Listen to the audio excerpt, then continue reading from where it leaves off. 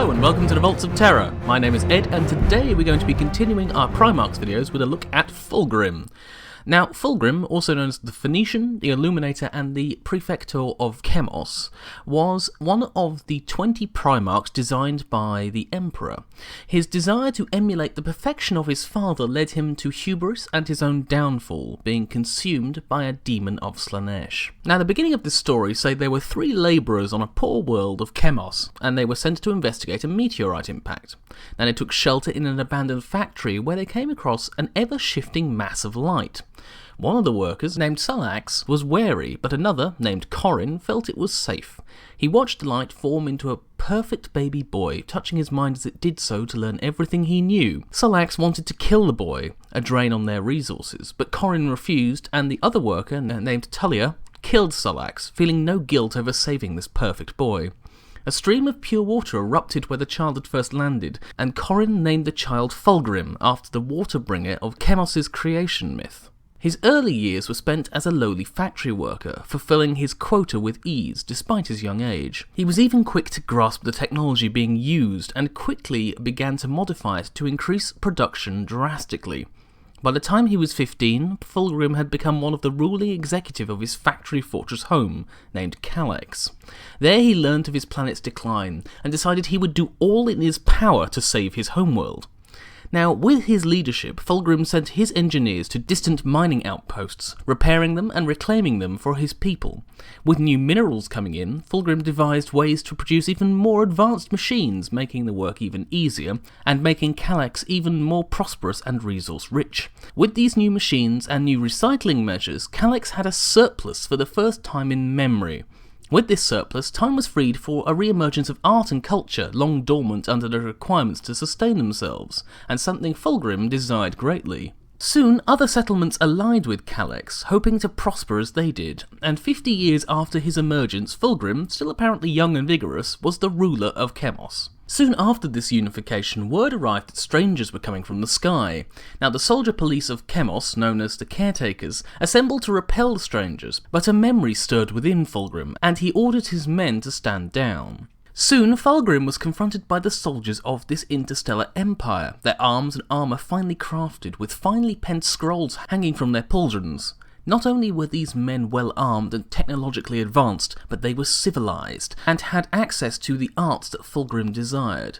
With these warriors came another, greater than all the rest, named only the Emperor of Mankind. Fulgrim needed only to look on him before kneeling and offering his sword, swearing to serve the Imperium and its master, his father. And with this, Fulgrim was reunited with his legion, the sons he never knew. Now, the accuracy of this story is debated, but it is known a ship for the 3rd Legion began construction 160 years before the Horus Heresy began, validating this story to some degree. After meeting the Emperor, Fulgrim then travelled to Terra, but he found that his legion had only 200 members. An accident had destroyed much of his gene seed, and without their Primarch, the 3rd Legion had found the replacement and recruitment all but impossible. However, unbound by this adversity, Fulgrim addressed his men. He stood as a resplendent figure. He had shoulder-length hair of fine platinum white, large friendly eyes, and a mouth that always seemed ready to smile, dressed in the finest armour that could be found, and wearing a fine, high-collared cloak, all of which would become a signature look of Fulgrim. It was a small, sad gathering of warriors, compared to the other legions, but Fulgrim was unconcerned, and addressed these 200 marines as if they were 10,000, inspiring and awing the men before him, offering them his respect and his guidance to grow into a legion of renown and great valour.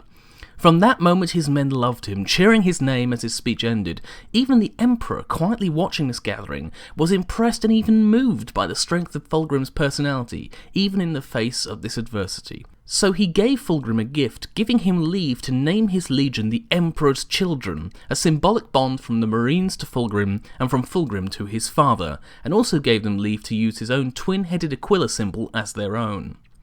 It was a great gift, but with this honour, the seeds of Fulgrim's doom were planted. He became driven that his legion should live up to the honour of this name and reflect the perfection of the Emperor himself. This drive for perfection soon encompassed everything in the Legion, from their military tactics to their artistic culture so long denied to Fulgrim on his homeworld. Due to their small numbers, Fulgrim and the children were assigned to the same fleet as Horus and his lunar wolves. Fighting alongside his brother with his larger legion, the children eventually developed the numbers to fight alone. Of all his brothers, Fulgrim was closest to Ferrus Manus of the Iron Hands, who also sought to purge his own imperfections in the form of his silver forearms and hands. They both tried to create the perfect weapon at one point, with Fulgrim creating the Warhammer Forgebreaker and Ferrus the sword Fireblade.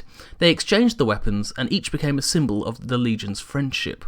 As the crusade came to a climax, the Emperor's children acquitted themselves well, fighting in multiple theatres and conquering many worlds for the Imperium, with Fulgrim even acquiring a trophy from the field of battle, a Xenos-manufactured sword, recovered from a Lairan temple known as the Silver Blade of Lair. Soon this weapon became Fulgrim's preferred weapon over the Fireblade, and with our hindsight we can see it was the source of Fulgrim's future corruption. Now the sword began to affect Fulgrim's mind, and also the troops who had accompanied him to the planet to take this blade had also become tainted by chaos unbeknownst to them. Now, it was at this time that Fulgrim met Farseer Eldrad Uthran of Uthway, who attempted to warn Fulgrim of the coming Horus Heresy. However, Fulgrim's friendship with Horus was second only to that of his friendship with Ferrus. Spurred by the Silver Blade's corruption, Fulgrim attacked Eldrad, destroying a venerable Wraithlord and an avatar of Cain, and then, with Eldrad's escape, Virus bombed several Eldar maiden worlds to repay them for their treachery, as he saw it. Soon after, Fulgrim met with Horus in person, demanding an account for his actions. However, Horus was able to use the corruption within Fulgrim to sway his heart and allow chaos to worm its way inside, igniting a hatred for the Emperor, who Fulgrim now saw as withholding his perfection from the rest of the galaxy. He set out to meet Ferrus to try and sway him, but their meeting did not go well and ended in conflict. Soon almost all the Legion followed Slaanesh and chaos over the Emperor. A desire for perfection became a lust for hedonism, and Fulgrim's mental state began to decline rapidly, talking to paintings and killing civilians at mere slights. Now, Fulgrim and the Emperor's children were at Istvan and participated in the Drop Site Massacre, where Fulgrim fought with and defeated Ferrus with Forgebreaker, the weapon he had given to his favoured brother. This weapon and his own, the Fireblade, wielded by Ferrus, was shattered, and Fulgrim took up the Silver Blade to end the fight, but he could not kill his brother, for a piece of his heart had not been corrupted by chaos. Unfortunately, the demon bound within the blade exerted itself at this stage, taking control to strike Ferrus dead. This shock of seeing his brother murdered at his own hand managed to shock Fulgrim back into his senses, and he was horrified by his and his legion's actions, seeing betrayal and carnage all around him. At this moment, the demon made Fulgrim an offer of oblivion to rid him of the guilt and pain, and in his weakness, Fulgrim agreed. The demon took Fulgrim's body as his own and imprisoned Fulgrim's mind inside itself, within a warp prison represented by a painting of Fulgrim aboard the children's flagship.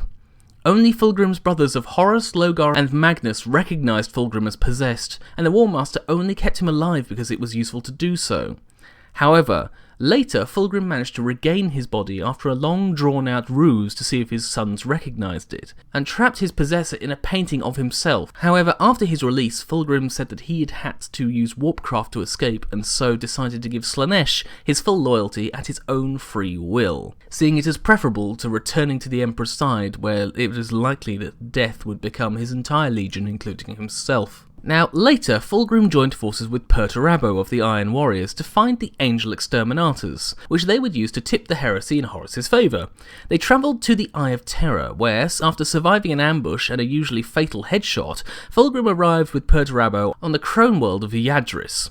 After fighting with Wraithlords and Wraithguard, Fulgrim betrayed Perturabo and tried to flee the fight. His brother chased him and arrived in a specific chamber, where Fulgrim revealed there was no Angel Exterminatus, but that Fulgrim was destined to become it. Infuriated, Perturabo attacked, but Fulgrim used a Malgator stone, given to Perturabo as a gift earlier, to drain the Primarch's power. With this, Fulgrim revealed that he would use this power to achieve apotheosis, otherwise known as an ascension to true demonhood. However, Perturabo interrupted the ritual before it was completed, and then they both were attacked by a Salamander, Ironhand and Raven Guard ambush, these legions who had stalked the traitors since Istvan, seeking vengeance for the massacre. The stone was shattered, and Perturabo was able to regain some of his power, striking down Fulgrim with his Thunderhammer. However, he was only able to destroy Fulgrim's outer shell, and his soul was reborn physically as a massive serpentine demon prince of Slaanesh. Vanishing with his children into the warp, Fulgrim promised his brother that they would meet again.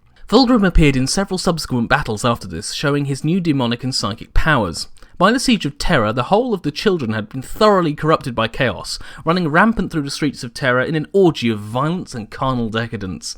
Billions died far from the true siege at the hands of the children, and were even taken as experimental subjects for the Legion to test drugs, fuel pleasures, host demons, and sate bloodlust. Now, after the Heresy's defeat, the children fled to the Eye of Terror, leaving depopulated worlds behind them as they took the people as slaves, and the children even raided other legions for fresh meat.